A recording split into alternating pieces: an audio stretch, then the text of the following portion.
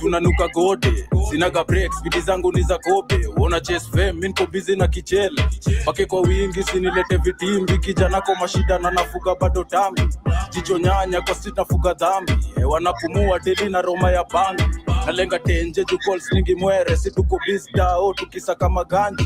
Mbogi ni genje na tuna spin senke. Kijana karada hakuta tukwa tenje. Dada lifisa batu kicheki sanse. Route number 8 ni kuzitoka teke. Top shot awe ni boy wa hood. But tukimit wrong turn I'm still the goon. Pigwa mabare uko na namba ngapi. Juriba za ubeshte lishi ya madhari. Walai, mina kutoa uhai. Hakuna kesi triki kamrazi ya medai.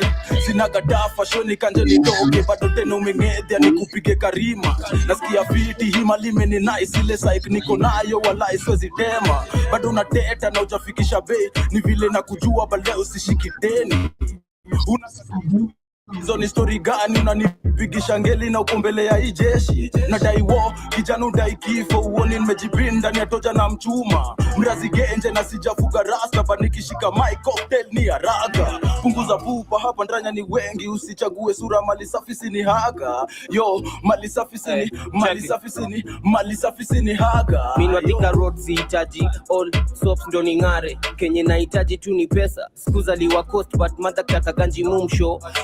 Mam shika moka. Shughuli ni apake kama Idi Amin nimeifanya for long ndo nishapenisi na kila youth mtani ashakuwa referee. Mbona juu ya vile tuko kadi squeeze silali na kimbiza life new dream. Super liuliza what happens if I dive in. Nikam show let's find out, let me dive in. After kudive alisema wezi paki celebrate. Kenye najua hata na busy laundry pekee ni enough kuwaprovia vile nitafua dafu. Poa alisema Kenya mbeba maji ndo to make work easier ni mchapie kwa bafu. Cold boy call palma tapusho. Mini karufu ya mnyambo juu ni ngumu kunigno. Hata bila kamera bado nita GoPro. Weni mjanja kao ready ushapicha vizia wani party. Juu hiyo shughuli kasi ya ganji si inzagi rap. Nika kesho neza dedi ya ukosekani kwangu hii rap. Ushakuwa my normal 9 to 5.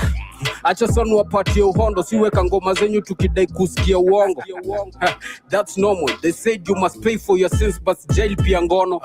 Wezi cheza place tuko. Igavaisha ni stress. Sipendi jo vile kuko. Ganji shaibiwa before tenge kwa mfuko. Tani nge kuwa mkale bado singe kipruto. Hatuwezi kuwa same. You don't get it. Jumisi wezi rudi home if I don't make it. Bro kuna mali mine na namsichana petit. Super just want that thing, we're not dating. Yo so nasaka yangu. Sikombi shit. Chunga yo mdomo juneza go missing. Easy streets ni cold. So cold. Ato kienda you won't be missing. Gani itakuja kwanza kumake it ama kumake it. Nilisema nko west. Mafala kadhani westi. Walitinga milango na bado tuliget in. Mabloga wameshinda hata waluja kuget keep. Trust me shughuli siu piga siya wengi. Dumo umejaza lakini akili uko empty. Kiburi umejaza. Family, hope you guys are doing amazing and happy Friday. Hope your week has been fantastic and wishing you a beautiful weekend ahead. It's exactly 46 minutes past the top of the hour. And of course, karibuni sana to yet another beautiful conversation of the Pan-African Bliss. My name is Joby. Once again, happy Friday. And karibuni as we talk about who actually is considered as a threat when it comes to Africa politics. And of course, this conversation is going to be backed by so many things happening, of course, across the continent, starting of course off with Kenya, where we can see the president of Kenya is trying to defend his reasons of going back to the World Bank and the IMF, which is bluntly quite honest, you know, the conditions that comes with the IMF. And of course, on Wednesday, I did cover this as a whole topic, literally talking about how we can see countries like Sudan being debt relieved by China, that is having $50 million being relieved of their debt. And of course, on the other hand, we saw Kenya receiving 97 billion Kenyan shillings, and this is to improve, of course, or tackle corruption and so many other things that it's not really exactly what Ruto is saying. It's not exactly what should be dealt with in the country. So karibuni sana, those are our top conversation for starters. And of course, we have this amazing lady who I love her videos explaining. Every time, of course, you see your African puppets working with the white people. And I go back to one of the famous quoted by one of our Pan-Africanists. If you see a white man praising me, know that I've actually betrayed you or done you people wrong. And of course, looking at so much of that, also, we're going to be looking at Nigeria, which is actually, of course, boosting its security. This is, of course, when they are working together with a country like Benin and Niger, which I don't trust Nigeria, because I do feel like this is a way of them getting into the Alliance Sahel state. And I'll explain even much more why, which we can see the ICC, which I left pending yesterday. They are saying that they do not, or they're criticizing Burkina Faso, Niger, and Mali walking out of their fake organization. And much more of this conversation, we're going to be looking at how Burkina Faso is developing, and so much more coming from also Kenya, as we understand how we're still paying pensions and why are we still paying pensions, because I had to do so much research on that. And of course, it's actually very true. Yes, Kenyan taxpayers still contribute to the pensions of the British civil servants, and in general, we should say our colonizers. So we're still slaves till to date. And I have this video which is actually backed, of course, with that conversation. Shout out to Keith, he shared this with me. I do believe this is where racism applies, but in a very indirect way. And of course, those are our top conversations for today. Pardon my voice. We're from playing a certain game, which you guys, we're going to be uploading it on our TikTok. Just a Blackout Fire Network trio. And that's why I lost my voice, because of laughing so much and running. We were trying to do something to keep our TikTok page active. But remember, you can grab yourself also the application on the Google Play Store in case you want to, of course, catch up on all our social platforms. Damn, that was a lot of running, a lot of laughing. We're from doing that game, eating challenge, and it was really just super, super fun. That's why I'm a little bit late. But it's a good thing to see what we can actually do, and you're gonna see it on our TikTok page on Blackout Fire Network. So stay tuned, or rather follow us there. Remember, we have amazing supplements which you can grab under the Blackout Fire Network. We have an apparel store where you can get your merchandise. On that video, you're gonna see Shmani rocking our t-shirts. We have different t-shirts in different colors and sizes. So in case you are a small person or a large person, whichever size you like, we have all of them right there. But as we start today's conversation, I don't, of course, share much more of that. You guys know I keep on sharing about our supplements every day. Without wasting much more of the time, let's start with Kenya, looking at how, or what our president had to say when it comes to borrowing off money. President William Ruto has revealed that securing loans from external lenders is becoming increasingly difficult. According to the head of state, lenders often subject African countries to conditions including the passage of sexuality laws before approving the loans they require. Stanley Nyaringita reports on Africa's call for increased investment in homegrown financial institutions. In remarks that have renewed calls for African countries to reduce their reliance on foreign borrowing, President William Ruto has revealed that external loans often come with conditions that have little to do with development. It is easy. Actually, it's not easy. It is difficult to go borrowing money from people. They subject you to all manner of things. You know, do this, go and pass this law.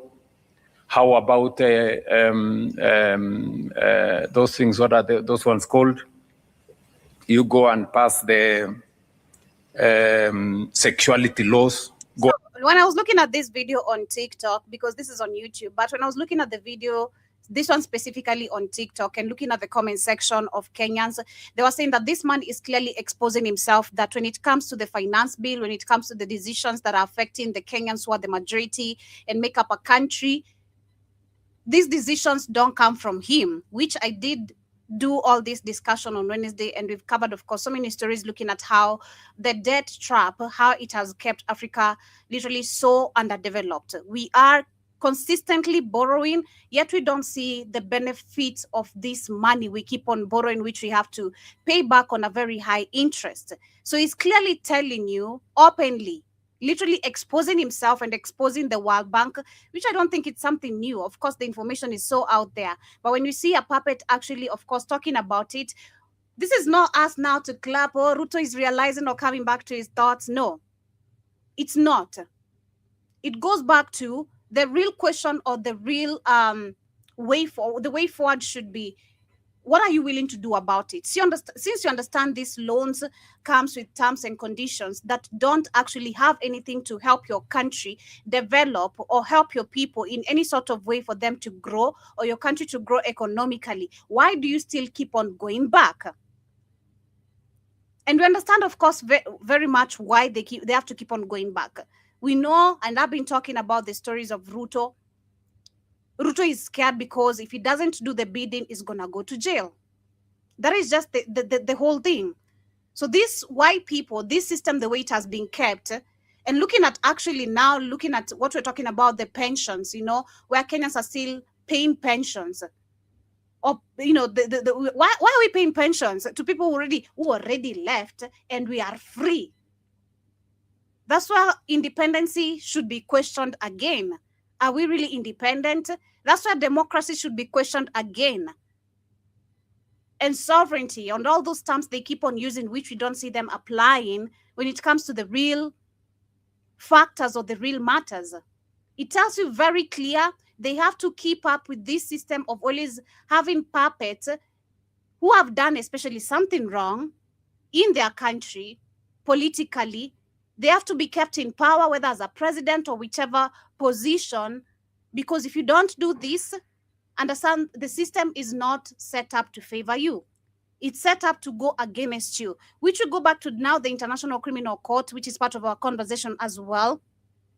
We can see countries which have truly now trying to free themselves, Niger, Burkina Faso, and Mali. They remove themselves from this organization. And they don't need to actually explain why, because I think we've also talked and understood why the International Criminal Court, or who the International Criminal Court it was built for. Again, Africa, we're not free. So this should not be a round of applause. It's just that now people are, you're confirming to Kenyans what they have been long saying and what they went to the street for, especially in 2024, because the 2024 demonstration, which we can see the effect of it till to date,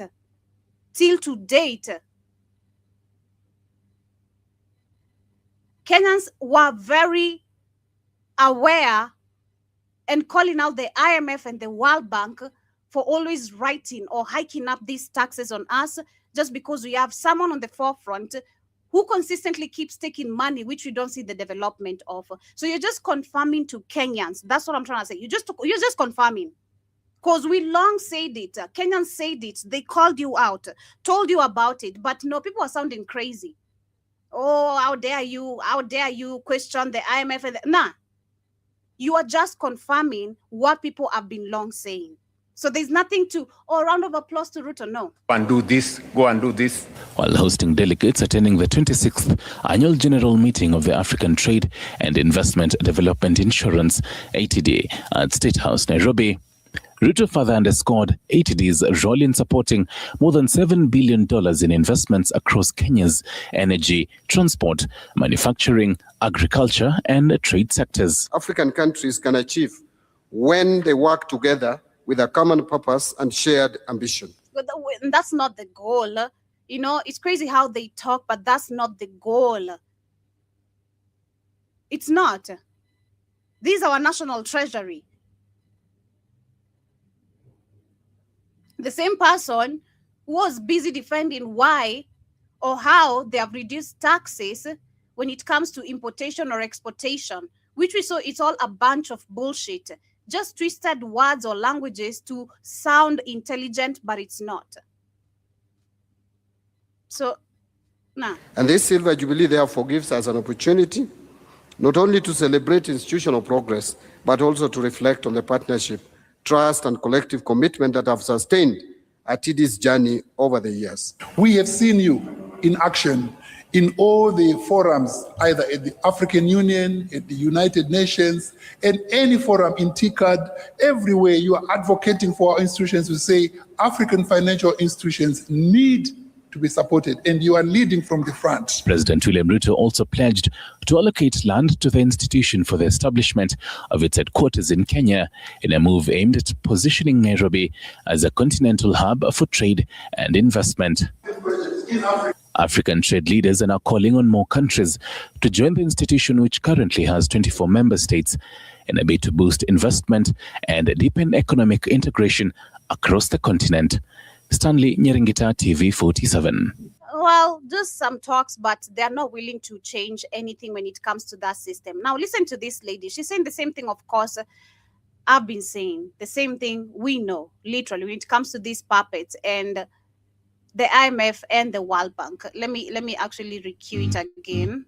If you know the IMF and the World Bank, and you know that if they are friendly with your president, if they work with him hand in hand, if whatever crimes he commits, they will support. In fact, they'll bring truth and reconciliation commissions. They will try to create a government of handshake and even ban him from the ICCC and make sure that he is covered. Even if he kills people, even if he takes that as a stolen election, even if he kills his own people post the election and Mukiki and covering them up, and including assassination, the alleged assassinations of the people who tried to uncover those crimes. That person is not William Ruto. The biggest ally and friend of the IMF World Bank was Mwai Kibaki. That is why even the PR right now, if you enter even on your AI issues of Kibaki, they'll tell you he stabilized the economic growth. That is a sugar high. That you have to grow like that exponentially so that now everybody can enter, create more shops than workshops, create more private schools, and because they were not constructing the public ones, create more private hospitals. That is what you are calling growth. Not growth for the Kenyans, it was growth for the businesses because they want that stable economy. And that is what Kibaki brought, the dulling of the IMF and World Bank. If you are a Kenyan today, who is against William Ruto? Who has protested the IMF World Bank? If you have gone and you have said, oh, our children are dying, they are being killed by this government, this Ruto is a killer. There has been a bigger killer of the people who oppose him. There has been a bigger friend of the IMF World Bank than Ruto, and that person is Mwai Kibaki. In fact, the measure of a collaborator, the measure of an enemy of the people, the measure of a black colonialist is the ability to be loved by the West. We know that for a fact. Hii ni kitu munasemanga, hamkuwa mnajua iko hapo. That is the biggest friend the West has ever had, Kibaki. They hated Moi, they choked his government, they forced, and Moi refused, fought step by step. I'm not supporting Moi. Moi was also another tyranny. But he didn't sell our country. He refused.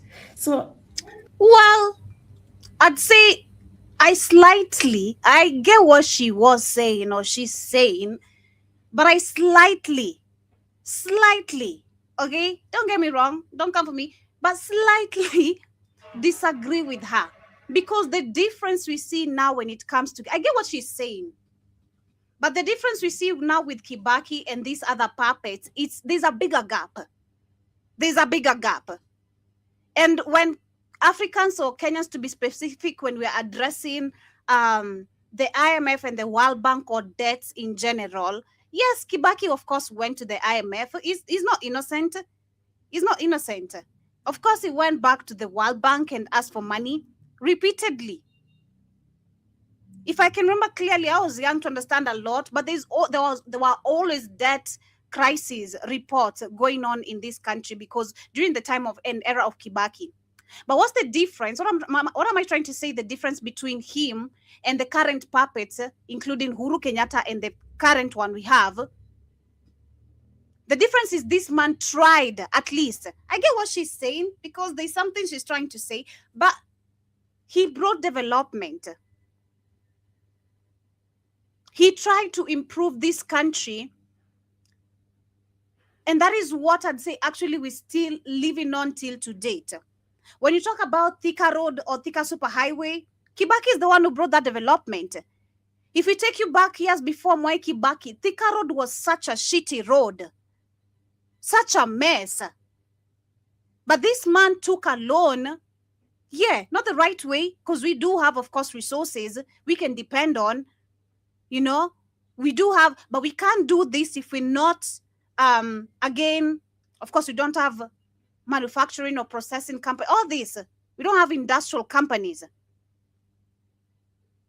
He ensured at least this country developed in the slightest way he could.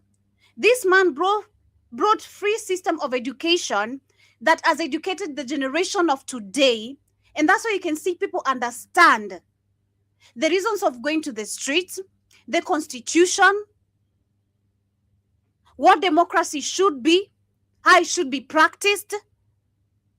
He brought a system of education that educated so many people. Yeah, Moi did, yeah, he was not a good person. But what did Moi do for all those 24 years of him being a dictator? Because that's what he was. Nothing. Moi didn't improve the lives of this country. He didn't in any sort of way. The only thing actually personally I heard from my mom and maybe my stepmom, like the older generation, literally, our parents, they used to say that Moi provided only milk in school. I don't want to drink milk every day. I'm not a cat. I'm sorry. As a matter of fact, now I'm lactose intolerant. So no, I'm not. I don't want to drink milk every day. No. You can't bring milk to school and say that is how what have you improved? What improvement? So no, I slightly disagree with her. I do personally, and I keep on saying Moi Kibaki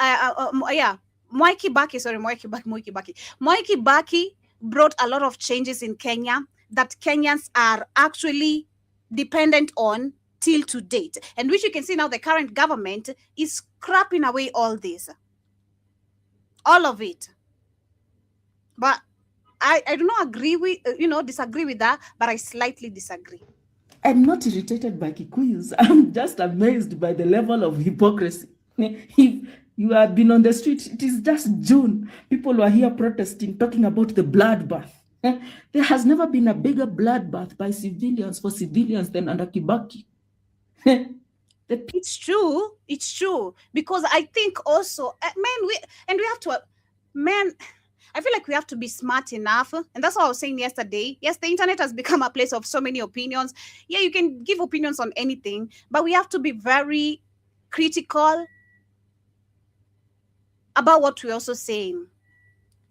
You have to understand you're talking to a very large group of people. This lady has a lot of audience, a lot of people she's educating. And I love her videos. But you have to go back and understand, and that's what I'm saying. Yeah, Mwai Kibaki was tribal. As a matter of fact, because it goes back to history, of course, it's written and known, and which is about to repeat itself come next year, because they're trying to push tribalism, but that's not really it, because the generation of today is more educated to understand what tribalism is and how it doesn't benefit us in any sort of way. And Kenya, to be specific, and I'm not saying also at a large number, but the Gen Zs, man, I'm speaking about my generation. My generation is the generation where I don't have to walk in a room and someone is asking me, which tribe are you? The only time I get that question is because people can't figure out, with all my 3 names, which tribe am I from? They can't tell. I don't have no, because there are people who, when they naturally talk, you can tell where they're just from, When a Kikuyu talks like this lady, we know Kikuyus, I'm sorry to say. And there's nothing tribal towards it. When a Luo talks, you'll know this is a Luo. Like, sorry to use, but Shmani, there's how she twists language. There's how sometimes she'll twist Swahili, and you can tell, man, girl, you really are a Kisumu girl, There are people, they're Kalenjin, when they talk like Ruto, you'll know this is a Kalenjin. When a Masai talks, you'll know this is a Masai.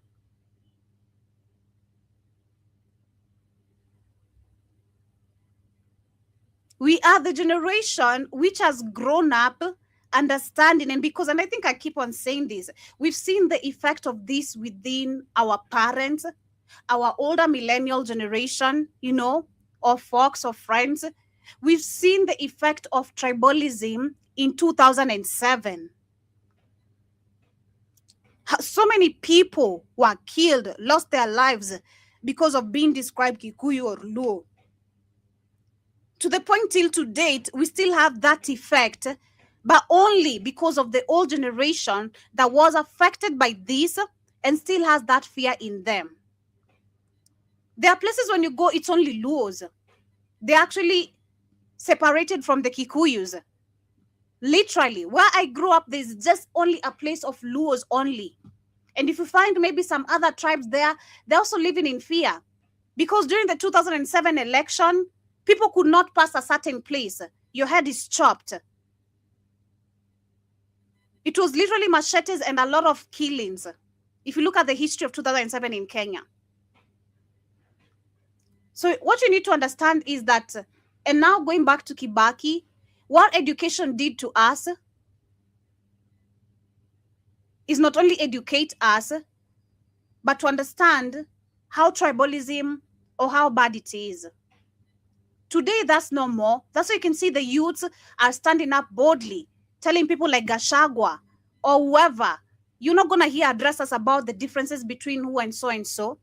When I wake up at night and something is disturbing me, I'm going to go to my neighbor for them to take me to the hospital. I'm not going to die there, oh, because this is a Kikuyu. Oh my God, I cannot talk to a Kikuyu. Oh my God. No.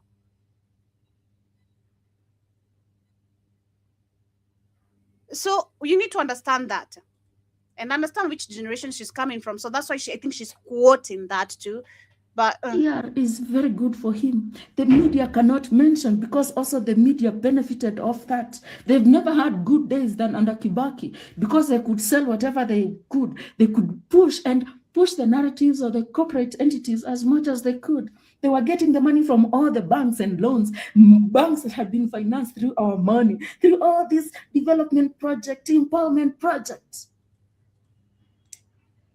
There is no need to dig yourself in a deeper hole. Go look at the word economics. It has never worked. It never will. Kibaki was a London-educated neoliberal. His policies are the reasons. They are less than 10 years old. They are the reason we are in this mess we are in today. Uhuru Kenyatta continued with that, the World Bank, and so did William Ruto. That is why they so little of William Ruto to sell, to offset. Now they are just changing and rebranding whatever was there. But all of it was laid down, was sold. We were driven out of our country. The laws, talk of land, when you talked of Solai, I brought it here. People were busy saying, oh, it's Uhuru, it's Ruto. That was policy under Kibaki. If you talk of the Chinese and the trade, he's the one who invited them. Ni yeye aliwakaribisha huku, akawapatia hizi. If you are talking about law, healthcare, about education, about that is Kibaki. These are the policies under Kibaki. If you are talking of the entrepreneurs and how the government people have become rich, how the government doesn't offer services, how the government is able to get money from public to private, that is Kibaki. If you're talking about the corruption of the MPs, why we no longer have a functioning opposition? How comes they have so much money, the illegal and CTF and all these monies? That is Kibaki. We are talking about how they stole our healthcare, how now education is so expensive and universities and all this, and we can't afford it, and now people are being imported and all that. So that is Kibaki. If you're crying about the rising rates of land, why foreigners are able to come in and own huge chunks of land, why we even have historical land cases that have never been handled, how title deeds have become political weapons that can be done and dish. Kibaki had that data and he varied that information. That is Kibaki. no, it's not. No, it's not. Again, history is very important. No, it's not. This country was long sold, and I'll go back to still her video because it's crazy. She's saying this, but on the next video I'm about to share, she well explains and describes how not only the healthcare, because she mentioned about the healthcare. Again, Keith shared this video with me, and I picked a lot of information from this video. You know, because she's addressing the racism and literally generally the system, how it is. So if you now the land grabbing, the land selling to the Chinese, to the Indians, we can still see. So if you want to say the effect of Indians today, how we can see them being given companies or claiming companies every now and then from different parts of a country or counties, blame Jomo Kenyatta. Because this issue does not start with Kibaki. We have to go back again to our fake independence history. What were the deals? And this is why I keep on understanding. We have to understand what was written on those papers that this president signed in the whole African continent to buy freedom, because it's like we bought freedom and we were not fully given freedom. We bought it. We had to give something for our freedom, and we can see the effect of it today. So I disagree with you for saying this is no, it's nothing to do with Kibaki. Kibaki just continued with a system. I'm not even defending. I don't know. I feel like I'm defending Kibaki, but it's because she's trying to say most of the effects we're seeing today when it comes to tribalism, whatever, this has been long effective even before Kibaki. It's been there. It's been happening. It's been happening. And that's why he's the only person who tried to change that by bringing free system of education, creating a few developments here and there. We can't just scrap that away. And maybe you might not understand because you're not the generation that benefited, but the generation that benefited of Kibaki's regime does get it. For real, for real. So no, it's not Kibaki. It goes all the way back to our first president. So, fuck off. Okay. Fuck off. This is, I said it will feel tribal, but it's not. At the same time, when people are talking like that, the reason coffee farmers, tea farmers, all sorts of farmers are getting poorer and poorer and poorer is because he opened the market. You could say you'd be rejected by Kikuis, but how many have these banks? How many are the ones who got the empowerment funds? How many have these boutiques? Because of Jomo Kenyatta. It's not Kibaki. Someone make this lady understand it's not Jomo Kenyatta. I mean, it's not Kibaki. It's Jomo Kenyatta. All these problems start with, let's go to Mau Mau. Go back to the history of Mau Mau. Understand who are the Mau Mau freedom fighters. And now where we have, of course, Jomo Kenyatta coming in, being portrayed as a fake Mau Mau fighter who claimed or helped fight for independence in this country. Yet the real history, well understood and known, we know this man completely sold out the Mau Mau people.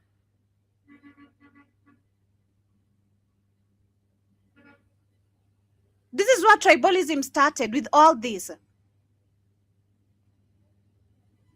Because the Mau Mau freedom fighters were not just only the Kikuyus, not just only the Kikuyus.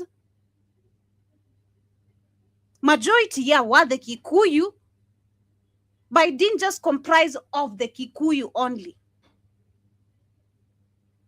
So no. Let me actually just shift away from this.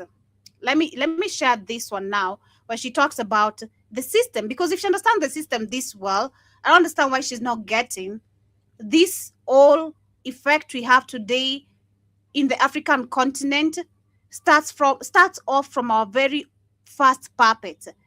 The people who made an agreement with these colonizers by signing some pieces of papers or whatever, getting a glass of wine and some library. It started off there. The rest have just continued, either making the countries worse, of course, by following what the white man tells them. If you don't do it, you might end up behind bars. So no. Unlike most other African nations, racism in Kenya is as normal as the air we breathe. We don't even know we are experiencing racism because racism in Kenya has a different flavor known as structural racism. Thank you. You understand? From there, she explained it very well. Structural racism. Structural. It is managed and instituted in every aspect of our lives. That as we speak, as we breathe, as we enjoy this country where we have lived, we are now living in limbo, where services get worse and worse and worse. We have specific racial elements that have captured the state from the time of colonial capture. So why go back?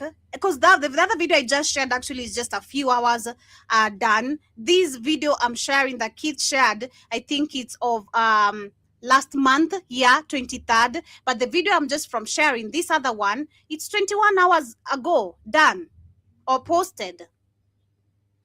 So if you understand this, that the system starts from way back when we had our fake independency, why would you still come back and say the third president of our country is the main reason why we have tribalism? The third president of our country is the main reason why Kenya can never stop borrowing. I don't know if I'm making sense of what she's trying to say, because I heavily disagree with her past video. I do. I've understood so much for someone to just, listen to someone who just put a phone like this on the face and they decided to tell me some goddamn lies. No. If you understand this, you should know the issue of tribalism, the land grabbing, the land selling, coffee, tea management. This was from the word go. So we go back. What was written in these pieces of papers that these Negroes signed a glass of wine and a library for? That's where the problem starts.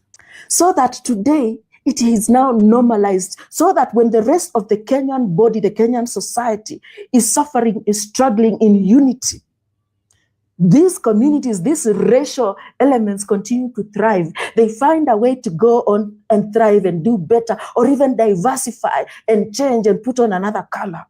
But the African continues to go lower and lower. We are now financialized. We are so deindustrialized. We are consumers. We are no longer producers. We seem to even be going through the education that is now conflating traders, shopkeepers and brokers with producers, calling them entrepreneurs. And therefore, let us look at racism in Kenya, specifically what is known as structural racism, to understand how the Kenyan is stolen from in three ways. One, through the brokers. The brokers who have come to make Kenya a productive zone, they take the value and go process it elsewhere. These are individuals and multinationals who use our soil, our people, our labor, everything. Take our raw materials and say they have to process it and add value elsewhere. So coffee, multinationals, all these people, tea, everything we talked about last week when we are looking at trade. So we have brokers and traders. We have then the other category of now the traders who have majority become the gateway of cheap products and other things. But in this case, they were used, especially the Indian, the Asian community, and the Arab, to become the intermediaries of allowing their processed foods to come to Kenya and compete, particularly before the Kenyan markets was opened under the structural adjustment programs, also instituted by the West, so that now multinationals and everybody can come. And that saw the quick deindustrialization of the Kenyan economy, particularly under Mwai Kibaki, so that when the industrialization brought by Mwai Kibaki was over, Jua Kali died, but yet they have thrived. Kenya Association of Manufacturers continues to thrive. I don't know why she keeps on blaming Kibaki, man. I don't know why she keeps on blaming Kibaki. He was a puppet like the rest. He was just a puppet like the rest. He was. The major, I'd say personally, the major, maybe, yeah, a lot of things she's saying, yeah. But the major effect that Kenya had during Kibaki's time, trust me, it was just tribalism. Yeah, the country was not okay. Some things, of course, deals were done here and there, but nah.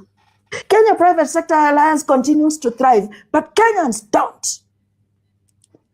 And third, state capture. State capture is now the entrepreneurs and contracts and PPPs, the people who not only have the money to capture an entire system, from construction to healthcare, to our education system, but more so, even in policy making, the big consulting firms, who owns them, who manages them, so that because they are the ones now who are being subcontracted to be the brains and thinkers on behalf of the people we have hired as the civil servants to deliver for us policies that make us endeavor us to achieve the promises of our constitution, cannot do, because they are being brokered by these consulting firms and the intellectual theft of Kenyans. So we are going to start this and go through sector by sector.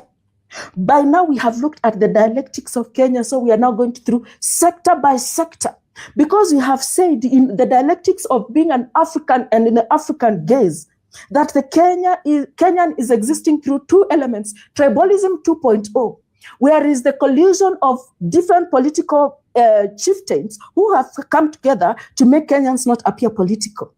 Yet, we know that the wound of Kenyans amongst themselves, we have been given the political theater of hating each other's tribe, so that we have... Not anymore. Not anymore. I don't know who had this lady on the tribal level. Not anymore. Not anymore. Tribalism, yes, is there. It is there. I'm not disagreeing. But which generation are we addressing here? Because the youths, who are the majority of this country, again, we are the last tribal generation I've grown up seeing. Again, I don't know who hurt you, which Kikuyu, wherever, but fix your tribal mindset, because these talks are they're even getting very disgusting. Every time we hear you're the guys who are trying to bring tribalism as a conversation. It's there, yes, but it's not there. The only people we see having these tribal problems actually are people your generation, people your age gap, not my age gap. You won't find someone like Shmoni or Christine or myself talking. No, you won't find that. Dig and try, tell me, which young person have you met them having the time to ask you, which tribe are you from? There's none. None. Point blank. There's none. Because it's a very disgusting conversation. It is very disgusting. And I'm calling it out as it is. I'm not a Kikuyu, I'm not a Luo, I'm a Kenyan, I'm an African, period. That should be enough.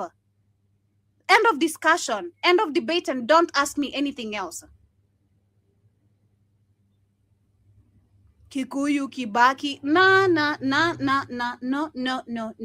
And I wonder why people are not even calling out in the comment section, literally. But I will. Since there's no one, I will. The tribalism bullshit, it's you talking about it. The only time you see young people addressing tribalism is when we've seen politicians pushing it. Yes, I've talked about literally these political parties or having different parties. It contributes, of course, to that tribalism, and they want to make us, of course, divided because there's this political party from the Luo, the Luya, the Kikuyu, and every time they're campaigning, they're going to go to this region talking about tribalism. They're going to go, but because they are still the same age gap as you. You see? It's the same age gap as you, your people, your age group who are talking about tribalism. This is not part of our conversation for today. It's not.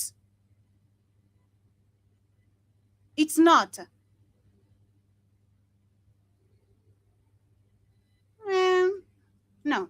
Spread so much hate. We have lived in so much hate. Lakini tunajua kwa ground hakuna tribalism. Exactly. Basi mbona una push if you know? Exactly. Hakuna tribalism. Thank you. There's no tribalism. Why are you pushing it though? Kwa ground hakuna tribalism, but you know what iko kwa ground? Racism. Kenya kwa ground hakuna tribalism. Racism ndio iko. Tribalism only comes when that political theater moment comes, which is political cycles. It doesn't happen. You don't get into a car, you don't get into a hotel, into a car, and you're not served, or somewhere you're not served because you're a Mkamba, ama Mkikuyu. No, we're a customer. But there are hotels, there are places. So how is this? So tribalism 2.0 is now the way Kenyans have been blunted to stop thinking tribe, so that now we can give businesses. The other part of the Kenyan is that we know colonialism extracted. Neocolonialism made sure the system remained with those colonial powers that came above the African in our land and taking our resources. And then now it is cleaned as the elite alliance. But we know largely how they benefit. So we are naming names. If this video is not banned, we will name names. We will point fingers, because we cannot remain unburdened and closed so that we don't mention the original sin. So let us look at something. Let's start with healthcare. Today, tomorrow, we look at healthcare and the capture of healthcare. Healthcare requires three things to work. It requires healthcare personnel. It requires health facilities, and it requires policy. So, healthcare personnel in Kenya is educated by Kenyans. 15% of our entire national budget is given to schools, universities, and other places to train our healthcare workers. When they leave, they should return that investment to the Kenyan people. But when the healthcare worker in Kenya leaves their training, their internship, they have three options for work. So you can see where even that starts. We never get a return on investment because of this systemic racism that is in the healthcare system. Number one, less than 10% will get into public institutions. This also comes with the lead capture, a lot of bribery and other things. So there has been scarcity created for the worker, and therefore removing all the investment by all the Kenyans, making us suffer for lack of doctors, long queues, deaths, unnecessary, and all this simply because of corruption and the systemic capture of our public health care. The second one, majority are hired in private care. This is where it becomes insidious. Insidious means mbaya, blunder. Here, these ones are dominated by two players. First is the religious institutions, who primarily came from the colonial basis. The colonial missionaries, as they called themselves, had two purposes here: to capture the mind and to spy on the Kenyans, to profile us. And they did that through the rat approach. They bite you and then they blow. So they took our intelligence, they brought those tribal profiles for the British and others to thrive and use that as the blueprint of dividing Kenyans. But then they went to the soft societal issues of healthcare and education. They've captured those because we will see how they make the money. They make the money off the Kenyan taxpayer back again. So these private players are missions and India. The Indian capture of the Kenyan education, healthcare is beyond measure. It needs to be studied, because even right now, one of the most thriving insurance packages is medical tourism to take Kenyans to be treated in India. Yep. The brain drain, the resource drain, and these are mainly, even most of them, public workers whose money, that private insurance money, private insurance is coming from the Kenyan taxpayer. So tunatoa pesa yetu, because in corruption, in systemic racism, in systemic capture, you follow the money. Where does the money of the Kenyan end up? We've seen that only a few, after we educate them, end up in public hospital. The majority are in private, and this private thrive and are financed through private insurance provided mainly by the government and share capitation. Because somehow, yet this is being done by Kenyans, we are unable to fund public hospitals and create public hospitals, but pesa yote inaenda private. And not even that, but we even take the money and the people and everything, denying, defunding, removing everything and taking it, all of it to India. Finally, exporting raw workers. After 18 years of training these people, 12, I don't know how many, I'm just putting a number there. They now go to the developed world to offer them medical care. So the Kenyan is dying. The Kenyan cannot afford, when they go to public, it's defunded.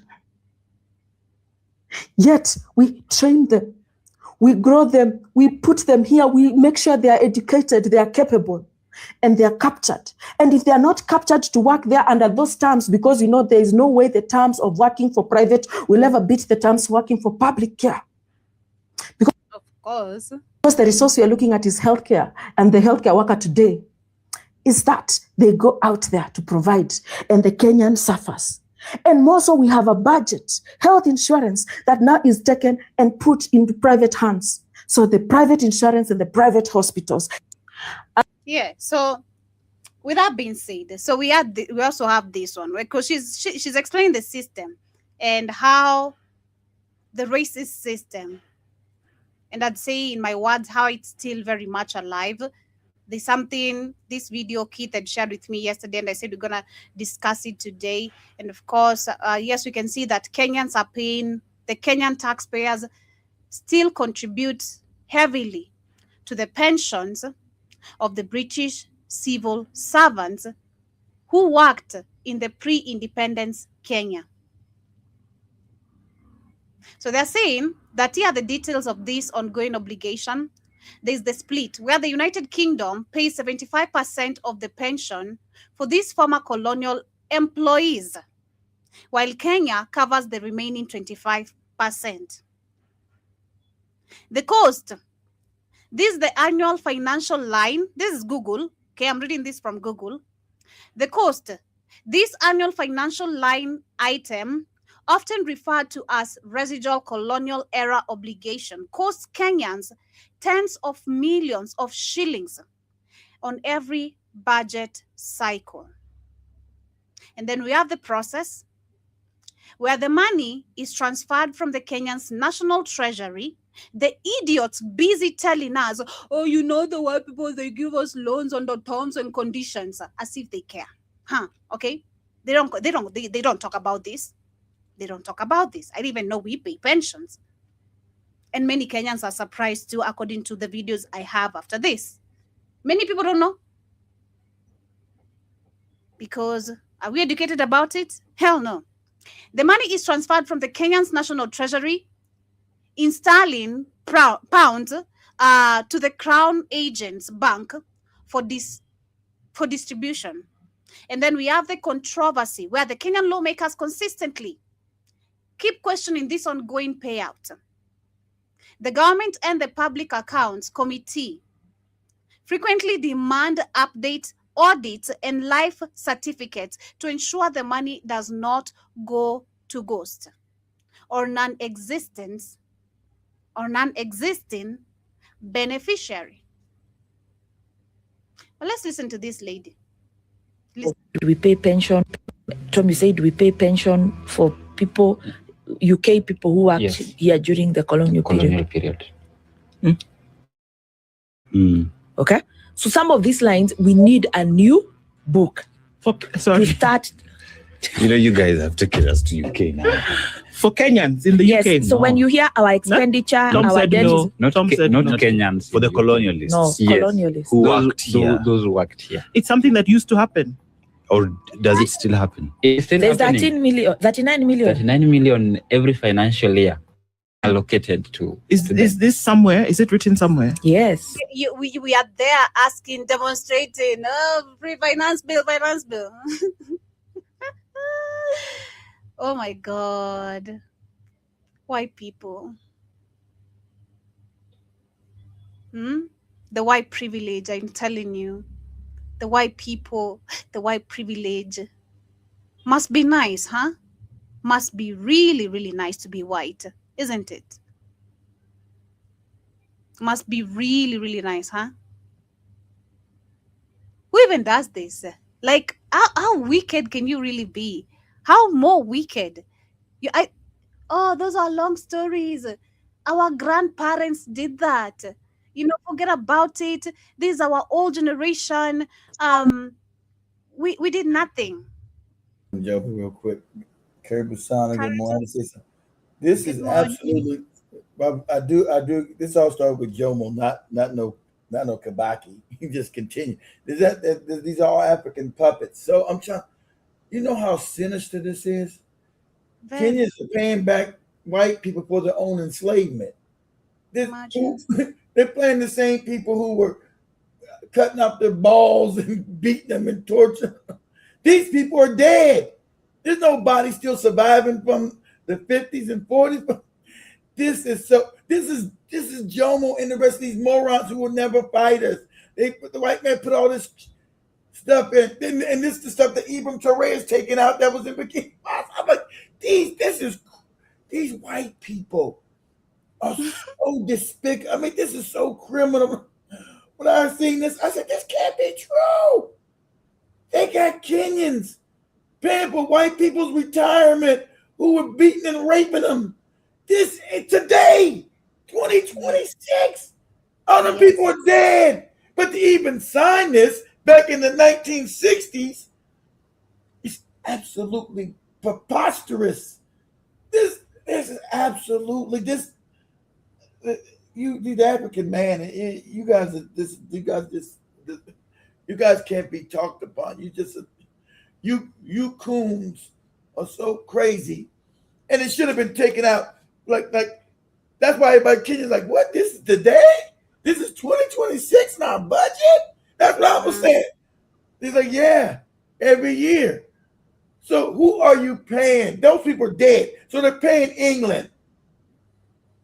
This is crazy. But you better believe it. I bet if you look it up, I bet it's in Ghana. I bet it's you think these white savages just put it in Kenya?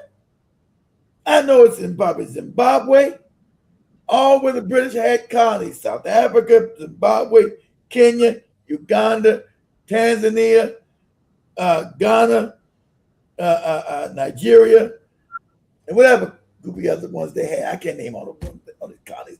Oh, Botswana, and Namibia. So I mean, no, Namibia was the Germans. But anyway. In Ghana, let me disrupt you. It says Ghana does not pay pensions to the British government or the United Kingdom. However, the Ghanaian government still pays retirement benefits to a small number. That's what a pension is, Joby. That's a pension. Retirement benefits. Those people are dead. I told you they did it to Ghana. I know it. You think they just did? You think white people just gonna do it to Kenya? They're gonna do it to all their colonies. And I'm surprised they probably hit it. So Ghana's still paying too. You think they're gonna just do Kenya? Are you crazy? All you niggas are gonna pay us to do nothing. Because those people are dead. So imagine, because Ghana got free 5 years before Kenya, they got free in 58. Ain't nobody living. Ain't nobody living from there. They're paying white people just to be. That's the same thing they were doing with France. France had Bikini Bottom, all them just paying money to them. But not, I said, this is the most insidious. It's so, this is why they keep Africans so ignorant. This is crazy. I said, they got Kenyans. Can't afford to go to school, paying school fees and all kind of wicked shit, but they give free money to white people in Europe. So this goes to England's treasury from Ghana, Kenya. I'm like, what? I'm like, I knew they're evil. I just didn't met. Every time I think they cannot be eviler. The evil goes so deep, so. Yeah, we're gonna do it with the back of you niggas. So what? We'll keep on doing it. You while we pup this. Who would sign this? Suppose I'm getting free? I'm signing to pay your people who enslaved me? Mm-hmm. This was your government. Why am I paying your people for a government that was yours extracting resources out of my country?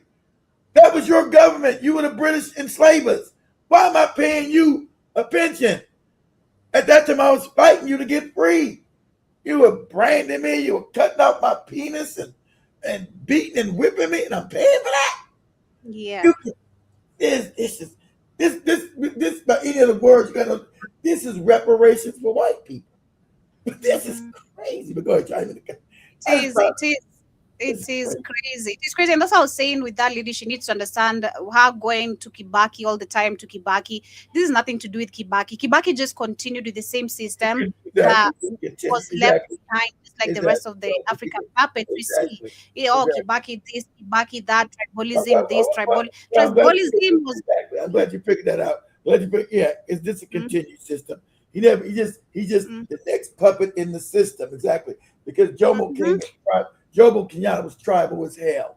Came in tribal. Exactly. And the British that taught him that. They told him the British told him to be tribal.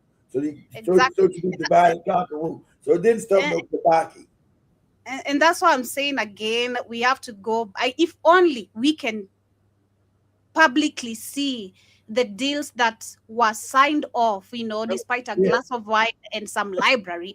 We need to see, because now we can see more stories are being uncovered every day. There's always just something that is gonna pop up. Millions of dollars that keep paying white people who dead and stinking now, but it's going to the British government. So Britain is funding their economy freely off of Kenya, Ghana, off free money from Africans. The same shit France did. They still do it now, but the ones they still control, like Cote d'Ivoire and Benin and whichever country they still control. But Ibrahim did the same thing. That same thing happened with Kenya. The French, all white people doing this then because they talk amongst themselves because they're wicked. So Ibrahim Traoré just stopped theirs last year in 2025. And that's what made me find this one. It says Kenya got the same shit. Yeah, like what? It's really crazy. But let's continue with this one. 39 million shillings every year is going to pay non-Kenyans pension for the work they did in Kenya during the colonial times. Colonizing us. Yeah. We are very good. This is happening as we speak. Yes, it's true. It's kind of, I believe. By the way, we do not have any problems. We should not be paying more tax. Exactly. Because again, when you keep on asking, wow, our tax is going high. Yeah. This is the bullshit. This is part of the bullshit. That's right, Joe. You wouldn't know. You're paying white people not to work. Reject finance bill. Look at this bullshit. Who knew this? I bet even if you look at the people who are still the people on the streets and being marching on the streets, if you ask them, no one knows. Exactly. No one would know this. Head out. Who would know? They're not going to tell you that they're paying white people. It's not in our education. Exactly. It's not in our education. These are some of the things that actually should be taught in school. These are the things we should be taught from the word go. Think the British education system going to teach you and getting money from you? It should be taught, if only. Also, this should be part of our history. If someone tried to make a change and it was denied. But we've not seen not Jomo Kenyatta himself, because he's the one who signed the deals, nor Moi, nor Mwai Kibaki, not Uhuru Kenyatta, not the goddamn Ruto who is a president today. None of them have raised a concern about why Kenya still pays these pensions. None of them as president. Of course not, because the white man told him, you better not ever touch it. For a glass of wine and some library. It's crazy. You better not ever touch that. That's even more. So not only are they extracting the wealth out of Kenya, their resources, right? They also got these niggas paying them from tax money. This is so diabolical. Exactly. You just need to be given the new budget book. We write it. Salaries. How many workers do we need? No, sorry. Where is this thing written that 39 million shillings is going? Girl, please stop acting dumb. I hate these people who are always trying to act. It's on Google. I checked it. It's on Google. You have a phone. You have the internet right there. You're not working in a damn broker's studio unless you are. It doesn't have internet. Do the goddamn research. Do the research right there immediately. See where it's written. It's here. I just read it on Google. We pay 25% of this, and probably even more. Google is probably lying. That's crazy. Where is it? Why is this written? Why is this written? Are you kidding me? Trying to look good in front of a white person because she's defending us. That's why we'll continue being oppressed, because you want to act stupid. Nobody knows this. This is some new information personally. I never known about it. I think of course not. The country would erupt. You've been paying people's retirement from the 60s. You've been paying a wicked country. Suppose you got independent. That's like me. Okay. This is like alimony almost, right? So I'm married to Joby, and I got to keep just paying Joby every year. I ain't with this broad. I ain't with this woman. I got broken with your ass 70 years ago, and you already dead, and I'm still paying your ass every year. It's crazy, but and I was an abusive husband. I was beating your ass. Like, oh, God, I'm still paying, or whatever. Like this is mind blowing. And that's why we need to be careful when some bunch of non-educated white people telling you, oh, you need to forget this history is a long time gone history. If it's a long time gone history, can you maybe tell your grandparents or you being, can you try and do this law? Can you try maybe so we can see you really changed, is the old generation and you're willing to do something different? Can you ensure we don't pay normal pensions? Of course you can't. That's why you had yesterday that we'll colonize them again, like we colonized them. We'll colonize them twice. Huh? You should get a smack on your face. You're talking crazy on my face like that. You're crazy, man. And that's why you see literally the so-called human rights again is mad because the Land Sahel state is quitting from all these fake organizations. So why are they mad? Because the United States is not part. All the rogue countries are not part of it. So all the Arab countries, the Chinese are not part of it, because this is created to keep African puppets under control. If they didn't do their job, they sent them to the Hague to lock them up. And the funny part about it, the white man admitted it in America, said that was, we built that for the black puppets that we had. They're not supposed to be. You're not supposed to put. Oh, they said that when they did that with Netanyahu. This ain't supposed to be for white people. We built this for black people. They're the ones supposed to get persecuted by the Hague, not us. Right? So like they said, they walked away. Now, you got to walk away from all these fake white institutions. The AU, give it all of it. Don't go back to the United Nations. It's all set up for white supremacy. That's what it's about. So no, I'm not. And that's why you see, like I said, why are they focusing so much on the Sahel? Because they're the ones getting free. They're getting out of what we call the system. So now the good, we did the Sahel. Oh, it's human rights. Why are they going to get rid of for shooting people in the street? 2024, 2025, and again, why are they doing with 70 shooting people in the street? Because those are their puppets, right? Mm-hmm. Shout to Uganda to figure out that Museveni, that same guy said Museveni obviously on his deathbed. That's why his son is trying to consolidate power and act all crazy. I'm going to invade Kenya. I'm going to invade Tanzania. He's talking that crazy shit again. Mm-hmm. But yes, as we literally wrap it up into this conversation, we have the right groups of the Sahel. That is the Burkina Faso, Niger, and Mali have formally, of course, notified the United Nations of their decisions to withdraw from the International Criminal Court, and the withdrawals are set to take effect in 1 year. The three military-led governments argued that the court has become politicized and selectively applied, and critics said that the move follows growing international scrutiny over alleged atrocities committed by their security forces and broader human rights abuses.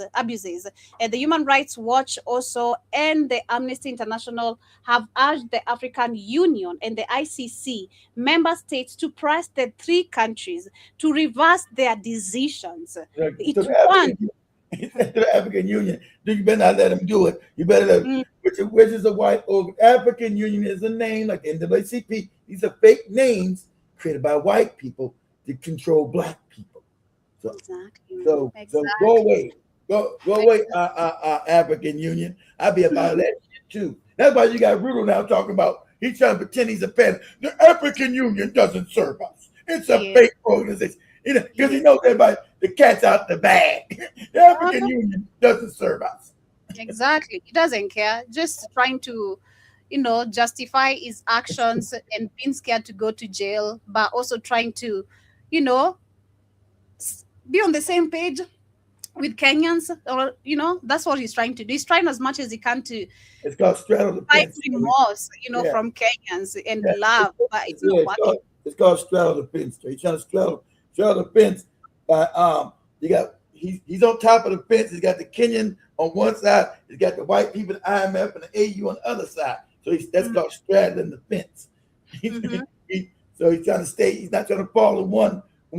He's not trying to fall in with the people. He's not trying to fall in with the white people. He's trying to stay on the fence, pretend like he's neutral, but he's not. Exactly. But as we wind up short, Jibba was earlier saying school milk is how the government subsidizes the farm sector, and another pay off racket. I didn't actually know that, but thank you.